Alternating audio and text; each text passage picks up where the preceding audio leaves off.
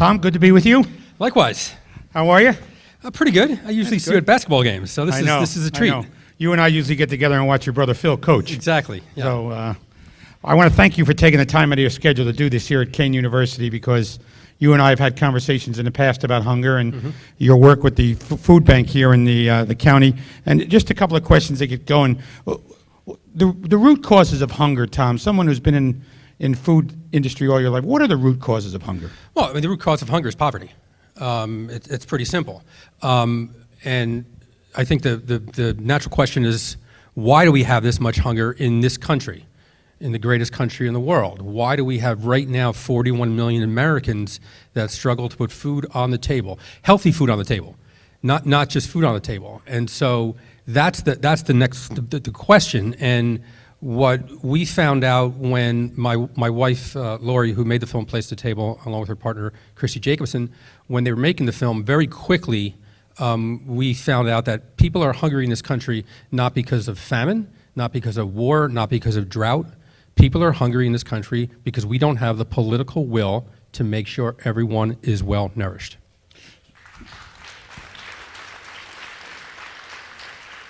So you speak of those 40 million people that live in households that struggle with hunger, and you speak of poverty. So what happened besides the political will? Is there a way that political will can move? Yeah, well, I guess we have to look at history. So going back to the late 60s, we had a crisis in this country, and there was a documentary film done by CBS News called Hungry in America. And back then, believe it or not, there was only really 4 places to get TV. You had three major networks, and then there was always a local. I can remember those days. I can remember those days, before cable. And so a large part of the population in this country saw this film, and they showed abject poverty, kids actually dying of starvation. It was part of Robert Kennedy's campaign, Poor People's Campaign. He was going around the country documenting hunger, especially on Native American reservations. And so after this film, you had 2 senators from both sides of the aisle, Senators Dole and Senators McGovern. They got together and just were ashamed that they were leaders of this country, in a country where people were starving. They got together, they modernized all the food safety programs. Food stamps at the time was a program where you actually had to buy food stamps. They changed that to a system where it was a program where you receive benefits. They modernized the WIC program, Women, Infants, and Children program, which right now our current administration is trying to take billions of dollars out of. And they created the school lunch program. And this pretty much ended hunger in this country for the most part, with the exception of some severe pockets of poverty. We pretty much got rid of hunger until the 80s. And the 80s came along, and we started sort of talking about welfare queens, and we started talking about people need to pull themselves up by their bootstraps, and we talked about 1,000 points of light, and we talked about demonizing people because they were born into poverty. And so things changed, and we also talked about shrinking government and shrinking responsibility. And little by little, hunger came back. And when we made the film, it came out, I think, around 6 years ago. At the time, it was about 58 million Americans struggled, including 13 million children, 16 million seniors. There's rapid hunger with the veteran community. And so we know that good government programs can end this, and we're not doing that. And so then the question is, okay, why should we do this? Yeah, well, it was President Johnson with his war on poverty that Absolutely. You speak of with Senator Kennedy. Tom, as a well-known chef in America, you've dealt with high-end cuisine. Yep. So why someone like you is getting involved in the anti-hunger movement? Yeah, so as a chef working in New York for 35 years, I had been asked, we're always asked to do fundraisers.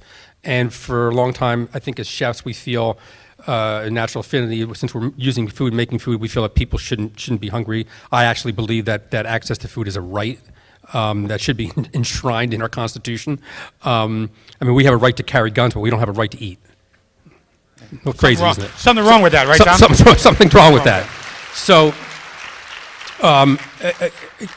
when the film came out and it got distribution, and we took it around on college campuses and community centers, and it really gave me a soapbox. Obviously, I'm on TV, I'm well known, and so I just decided that I wanted to get more involved in this issue of hunger. Since I made this film, and it's something we spent 2 years making the film, it gave me, I think, a front row seat into seeing the problem, and then being able to use my voice to help at least try to help draw attention to a problem that we could fix, not through food banking, not through handing out food to people. I mean, we should do that. I call that triage, but really trying to get the average citizen to understand that they can raise their voice and use their voice to change, to make change. I remember having a great conversation with Senator Booker, and he said, Tom, you got to get people on board here because nothing happens in Washington. Nothing starts in Washington. People need to demand more from their politicians. You can't expect that they're going to go out on a limb and do something risky. And so that sort of gave me, again, a platform to try to get more people to raise their voices. And on top of that, I co-founded an organization called Food Policy Action. Food Policy Action was kind of modeled after League of Conservation Voters and also the NRA, where we created a scorecard. So we grade Congress on how they vote on various issues around food and around hunger. Huh? Oh, it was a lot of fun. The first year we published our scorecard, people kind of ignored us. The second year we started getting phone calls from people who scored really well, saying thank you. By the third year, people were complaining who got poor scores. That led me to doing direct lobbying as well. So I was an unpaid, unregistered lobbyist, lobbying on behalf of people who were hungry, and the food system, and that, along with the James Beard Foundation, that created boot camps to teach chefs how to lobby. We would go to Congress and bring sometimes 60, 80 chefs. We would have 240 meetings throughout the course of the day, and just bang on this issue that, especially hunger. Other issues around food as well, around the food system, which is part and parcel of where food meets social justice. I know Karen Washington, who's amazing, I know she gave you a great speech, but there's a point where the food system intersects with social justice, and that's what we were focused on. So, Tom, all of the people here in the audience, us, the people backstage, hunger is not an issue for them on a personal level. So why should the people in this audience actually go through life caring about hunger as an issue going forward? No, hunger is an issue for everybody in this room. Hunger is an issue for everybody who lives in this country. Right now, we have hunger in every single county in this country. Think about that. Every county in this country experiences hunger. Right now, people who never thought that they would have to struggle to put food on the table in Nebraska are struggling right now because they're underwater.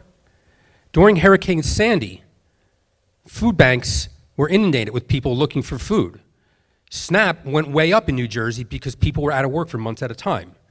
Now, if you're a parent and your kid's in public school, and maybe you're sending your son or daughter to school with food, but there's a kid in that class that's hungry, and they're hungry, they're going to act up. And they're going to act up, and they're going to label the problem kid. And they're going to take valuable resources in that classroom away from your child because they're acting up. And they're acting up not because they're a bad kid, they're acting up because they're hungry. So this will affect you. The first 1,000 days of life, nutrition is so important. Without proper nutrition those first 1,000 days, you have stunted educational outcomes. If you have a stunted educational outcome, you are not going to contribute to your fullest extent that you can to society. And when all of us as Americans are not contributing to society, we're not going to see the economic outcomes that we all want to enjoy. And so hunger is an issue that affects every single person. You don't see it. When you have one in New Jersey, I think it's 1 in 8 people are struggling with hunger. I think it's about 300,000 people. You know people who are hungry. They don't look the way we're conditioned to see hunger. They're not the images of kids with distended stomachs in sub-Saharan Africa with flies buzzing around them, sort of that Sally Struthers ad that we all were accustomed to, for those that are old enough to remember that. So we don't see it. Dating yourself. I know. So we don't see it. but it's here. Now, I know there was a study done this year on the college campus where students said that 49% of students said they had friends or fellow students that they knew were hungry. That's a problem for everyone on this campus. And this campus has done an amazing job. I know you run a food pantry it's run by the students. And I'm hoping that Kean, if it isn't already, I'm not sure, becomes part of the swipe way hunger, where if you have your swipe credits for meals, if you're not using them, they can be given to another student. It's a great program that can help in a hunger. But just the fact that you're spent a year looking at hunger tells me that this community is activated, and that's what we need. We need to see people who are really activated and understand how it affects them, because it does affect us all. Tom, a little earlier you spoke about Congress, and I'm told of a story that you had a conversation with Miss Marion Nessel and a legislator that occurred on Capitol Hill, and the legislator told Marion that the hunger and food advocacy were not on Congress's radar, which in opinion meant that there was no food movement. Right. So you talked about how this has changed somewhat. Is there a coordinated food movement in the United States, and are people paying attention, especially in Washington at all? Right. So Mary Nessel is a nutritionist. She's written several books on social justice and food, advertising and food. She's really amazing. She actually was at NYU. She just retired. And she was telling me she was up there and talking about the food movement. And this member of Congress just said, "What are you talking about?" And she said, "Well, it's food movement. People care about better food and farmers and people that are hungry." And she said, "Well, unless we know about it up here, there's no movement." And when I heard that story, and it's also part of the reason we started Food Policy Action, because we wanted to make the idea of hunger and other food issues political. We really wanted to push this issue. And so my feeling, I gave a TEDx talk about this. My feeling was that we had a food movement in this country, and it started going back to, I guess, the 80s, and maybe before that. A lot of it was focused on organic farming. It was focused on creating better food, healthy food, things like that. But what it was more of a social movement. So a social movement defined as sort of a loosely group of activists that were looking to sort of create a better social issue around these various issues about hunger and farming and stuff. But in order for social movements, any social movement, whether it's civil rights, whether it's the right to self-determination if you're a woman, reproductive rights and things like that, a social movement has to move from a social movement to a political movement to actually get traction. And that's what this congressperson was actually saying, that it needs to be a political movement. And how do you do that? Well, my feeling was that the scorecard, if we bring attention to who is doing a terrible job when it comes to the politics of food, if we can have one member of Congress that loses their job because of the way they vote, then we actually have movement. And that happened a couple elections back. Stephen Sutherland was a congressman from Florida, was terrible on these issues, just absolutely terrible. He almost single-handedly stopped the Farm Bill because he wanted to include work requirements if you were a SNAP recipient, that you had to work before you got benefits. And he was terrible for a host of reasons. And we campaigned, so because we were a C4, we were able to get directly involved in campaigns. So we raised some money against him. We actually did some town halls. We did some work in the college campus where his district was. He lost by about 3,000 votes, lost to Gwen Graham. And that was a election cycle where Democrats got wiped out. And this was one bright spot. But we figured that this was a target that we were going to go after. It was a calculated move, and it worked. And that's where we felt we had now the leverage, because people started to get worried that this group is going to come after them and they're going to have to sort of deal with this. And what that does, and listen, we weren't doing it to be malicious, but we were doing it because we wanted to make a point. And the point being that someone is watching, and there are people out there that care about this issue. Now, my goal would be that hunger